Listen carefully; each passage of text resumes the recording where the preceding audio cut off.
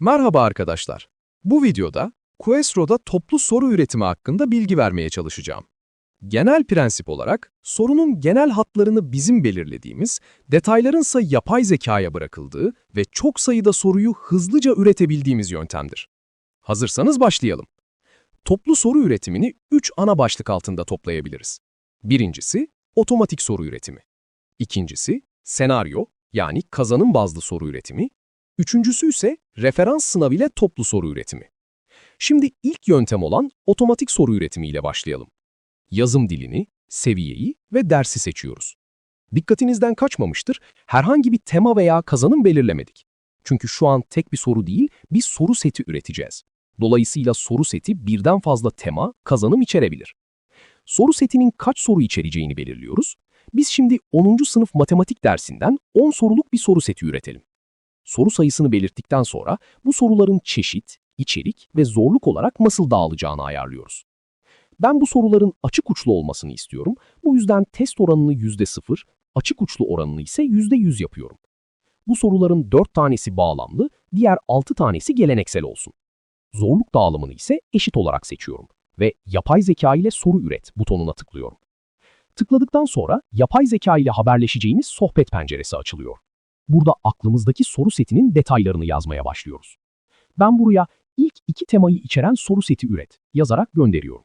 Yapay zeka, hazırlayacağı soru setinin planını bize onay için sunuyor. Planı beğenmezsek, geri dönerek planda değişiklik yapabiliriz. Ben burada planı beğendim ve onaylıyorum.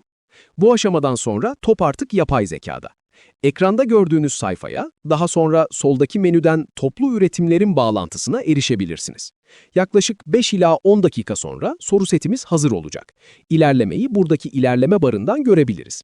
Ben şimdi kaydı durdurup bu süreç bitince tekrar açacağım. Evet, gördüğünüz gibi tüm sorularımız hazır. Bu ekrandan geçmişte oluşturduğumuz soru setlerine hepsine ulaşabilir, adını düzenleyebilir veya silebiliriz. Ancak soru setini buradan silmemiz, soruların soru havuzundan silindiği anlamına gelmez. Soru silme işlemlerini soru havuzu ekranından gerçekleştirmemiz gerekiyor. Soru setindeki soruları görmek için soruları göster butonuna tıklayabiliriz. Burada soruları inceleyebilir, düzenleyebilir, beğenmediysek yeniden ürettirebilir, beğendiysek de onaya gönderebiliriz. Sorularla tek tek uğraşmak istemiyorsak, tümü menüsü altından soruları topluca yeniden ürettirebilir, onaylayabilir veya paylaşabiliriz. Tümünü onayla seçeneğine tıkladığımızda bazı durumlarda bizim müdahale etmemiz gerekebilir. Bu durumda ekranda kırmızı renkte manuel onayla düğmesi belirir.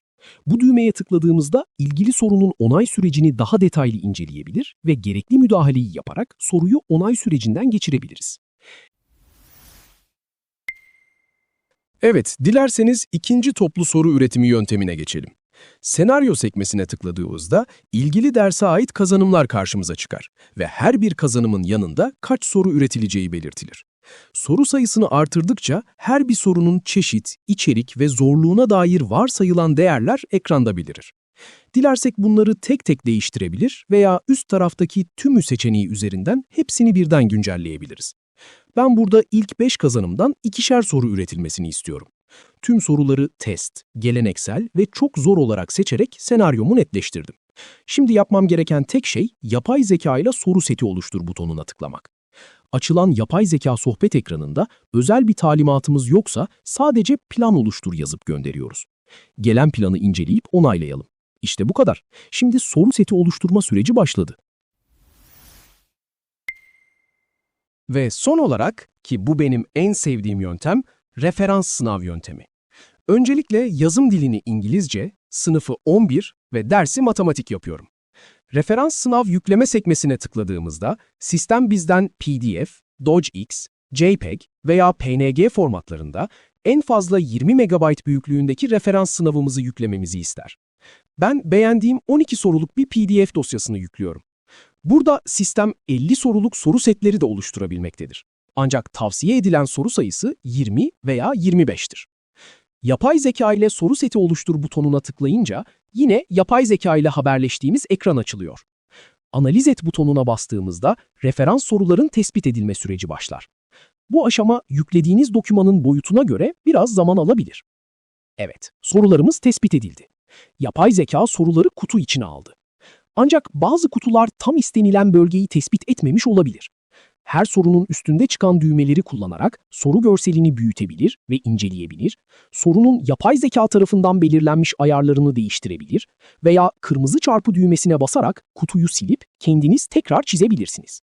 Hatta en üstteki düğme ile tüm kutuları temizleyip seçimi tamamen manuel olarak da yapabilirsiniz. En alttaki onayla butonuna tıkladığımızda soru seti oluşturma süreci başlamış olur. Evet arkadaşlar, bu 3 yöntemi kullanarak Questro ile bir fabrika edasıyla soru üretebilirsiniz. Herkese iyi çalışmalar.